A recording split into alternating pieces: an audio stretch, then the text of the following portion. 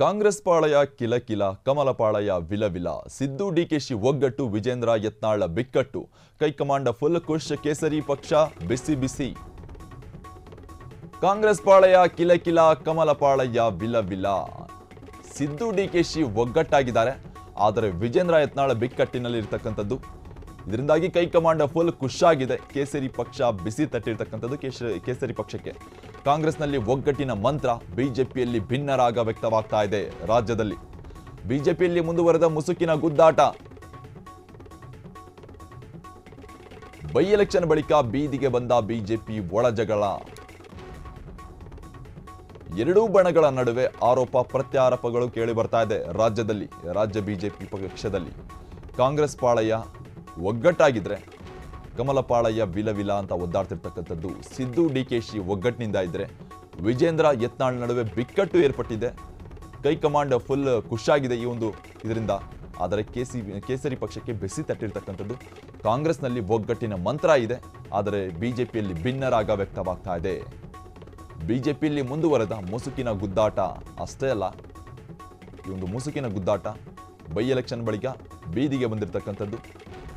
ರಾಜ್ಯ ಬಿಜೆಪಿಯಲ್ಲಿ ಸಿದ್ದು ಡಿಕೆಶಿ ಒಗ್ಗಟ್ಟಿನಿಂದ ಇದ್ರೆ ವಿಜೇಂದ್ರ ಯತ್ನಾಳ್ ಬಿಕ್ಕಟ್ಟಿನಲ್ಲಿ ಇರತಕ್ಕಂಥದ್ದು. ಕೈಕಮಾಂಡ್ ಇದರಿಂದ ಫುಲ್ ಖುಷಾಗಿದೆ. ಕೇಸರಿ ಪಕ್ಷಕ್ಕೆ ಬಿಸಿ ತಟ್ಟಿರ್ತಕ್ಕಂಥದ್ದು. ಕಾಂಗ್ರೆಸ್ಸಿನಲ್ಲಿ ಒಗ್ಗಟ್ಟಿನ ಮಂತ್ರ ಇದೆ, ಆದರೆ ಬಿಜೆಪಿಯಲ್ಲಿ ಭಿನ್ನರಾಗ ಇದೆ ಅಂತಕ್ಕಂಥದ್ದು ವ್ಯಕ್ತವಾಗ್ತಾ ಇದೆ.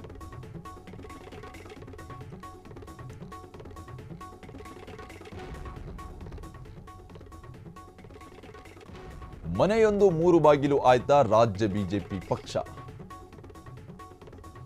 ಸಮಯ ಸಿಕ್ಕಾಗಲೆಲ್ಲ ಬಿಎಸ್ವೈ ವಿಜೇಂದ್ರ ವಿರುದ್ಧ ವಾಗ್ದಾಳಿಗಳು ನಡೀತಾನೆ ಇರ್ತವೆ. ವಿಜೇಂದ್ರ ಬಗ್ಗೆ ಬಹಿರಂಗವಾಗಿಯೇ ಅಸಮಾಧಾನ ಹೊರಹಾಕಿರುವ ಯತ್ನಾಳ್. ಈ ಹಿನ್ನೆಲೆ ಬಿವೈವಿ ಪರ ನಿಂತಿರುವ ಬಿಜೆಪಿಯ ಮಾಜಿ ಶಾಸಕರುಗಳು, ಬಿವೈವಿ ಬೆನ್ನಿಗೆ ನಿಂತಿರ್ತಕ್ಕಂಥದ್ದು ರೇಣುಕಾಚಾರ್ಯ, ಡಿ.ವಿ. ಸದಾನಂದಗೌಡ, ಬಸವನಗೌಡ ಯತ್ನಾಳ್ ವಿರುದ್ಧ ತಿರುಗಿ ಬಿದ್ದಿರ್ತಕ್ಕಂಥದ್ದು ರೇಣುಕಾಚಾರ್ಯ ಟೀಮ್. ಪಕ್ಷದ ಶಿಸ್ತು ಉಲ್ಲಂಘಿಸಿದರೆ ಕಠಿಣ ಕ್ರಮ ಕೈಗೊಳ್ಳೋದಾಗಿ ಎಚ್ಚರಿಕೆ ನೀಡಿದ್ದಾರೆ. ಯತ್ನಾಳ್ ಉಚ್ಚಾಟನೆಗೆ ರೇಣುಕಾಚಾರ್ಯ ಬಣಪಟ್ಟು ಹಿಡಿದಿರ್ತಕ್ಕಂಥದ್ದು. ಈಗ ಇಷ್ಟಾದ್ರೂ ಮೌನ ವಹಿಸುತ್ತಿರುವ ಬಿಜೆಪಿ ಹೈಕಮಾಂಡ್ ಬಣ ಬಡಿದಾಟಕ್ಕೆ ಬ್ರೇಕ್ ಹಾಕ್ತಾರಾ ಕೇಂದ್ರ ಬಿಜೆಪಿಯ ವರಿಷ್ಠರು ಅಂತಕ್ಕಂಥ ಪ್ರಶ್ನೆಗಳು ಮೂಡಿ ಬರ್ತಾ ಇದೆ. ಯಾಕಂದ್ರೆ ಸಾಕಷ್ಟು ದಿನಗಳು ಕಳೆದಾಯಿತು. ರಾಜ್ಯ ಬಿಜೆಪಿ ಪಾಳಯದಲ್ಲಿ ಬಣಗಳ ಬಡಿದಾಟ ನಡೀತಾ ಇದೆ, ವಾಗ್ವಾದಗಳು ನಡೀತಾ ಇದೆ, ಪಕ್ಷದಲ್ಲಿ ಬೆರುಕು ಮೂಡಿರ್ತಕ್ಕಂಥದ್ದು. ಆದರೂ ಕೂಡ ಹೈಕಮಾಂಡ್ ಎಂಟ್ರಿ ಕೊಟ್ಟಿಲ್ಲ ರಾಜ್ಯದ ಬಿಜೆಪಿ ಬಣದ ಗುದ್ದಾಟಕ್ಕೆ. ಈಗಾದರೂ ಬಿಜೆಪಿಯ ವರಿಷ್ಠರು ಎಂಟ್ರಿ ಕೊಡ್ತಾರಾ, ಈ ಸಮಸ್ಯೆಯನ್ನು ಬಗೆಹರಿಸ್ತಾರಾ ಅಂತಕ್ಕಂಥ ಪ್ರಶ್ನೆಗಳು ಮೂಡಿ ಬರ್ತಾ ಇದೆ. ಯಾಕಂದರೆ ಕಾಂಗ್ರೆಸ್ನಲ್ಲಿ ಒಗ್ಗಟ್ಟಿನಿಂದ ಇದ್ದರೆ ಬಿಜೆಪಿಯಲ್ಲಿ ಬೆರುಕು ಮೂಡಿರ್ತಕ್ಕಂಥದ್ದು. ಬಿಜೆಪಿ ರಾಜ್ಯದಲ್ಲಿ ಈಗ ರೇಣುಕಾಚಾರ್ಯ ಅವರು ಬಣ ಕೂಡ ಸಿದ್ಧತೆಗೊಂಡಿರ್ತಕ್ಕಂಥದ್ದು. ಈಗ ಪಕ್ಷದ ವಿರುದ್ಧ ಏನಾದರೂ ಮಾತಾಡಿದರೆ ಅದಕ್ಕೆ ಉಚ್ಚಾಟನೆ ಮಾಡುವ ಎಚ್ಚರಿಕೆ ಕೊಟ್ಟಿದ್ದಾರೆ ಬಸವನಗೌಡ ಪಾಟೀಲ್ ಯತ್ನಾಳ್ ಅವರಿಗೆ ರೇಣುಕಾಚಾರ್ಯ ಅವರು.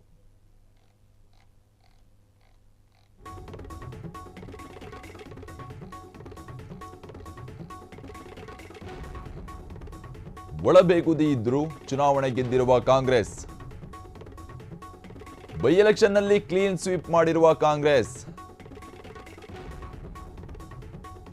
ಮುಡಾ ವಿಚಾರದಲ್ಲಿ ಸಿಎಂ ಬೆನ್ನಿಗೆ ನಿಂತಿರ್ತಕ್ಕಂಥದ್ದು ಕೈ ಲೀಡರ್ಸ್ಗಳು. ಆಂತರಿಕ ತಳಮಳವಿದ್ರು ಸಿಎಂ ಡಿಸಿಎಂ ಸಮನ್ವಯ ಹೆಜ್ಜೆಯನ್ನ ಇಡ್ತಿದ್ದಾರೆ ಕಾಂಗ್ರೆಸ್ ಪಾಳಯದಲ್ಲಿ, ರಾಜ್ಯ ಕಾಂಗ್ರೆಸ್ ಪಾಳಯದಲ್ಲಿ.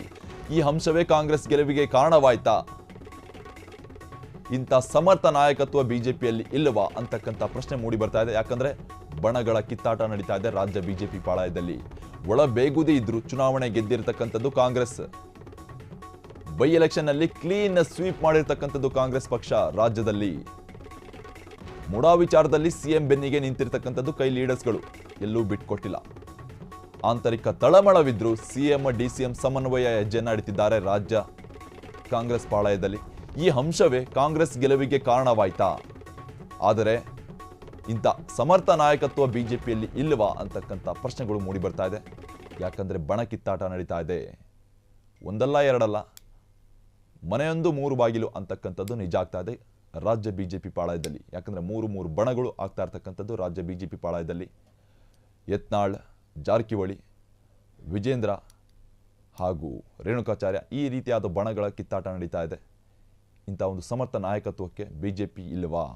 ಕಾಂಗ್ರೆಸ್ನ ನೋಡಿ ಕಲಿಬೇಕಾಗಿರ್ತಕ್ಕಂಥದ್ದು.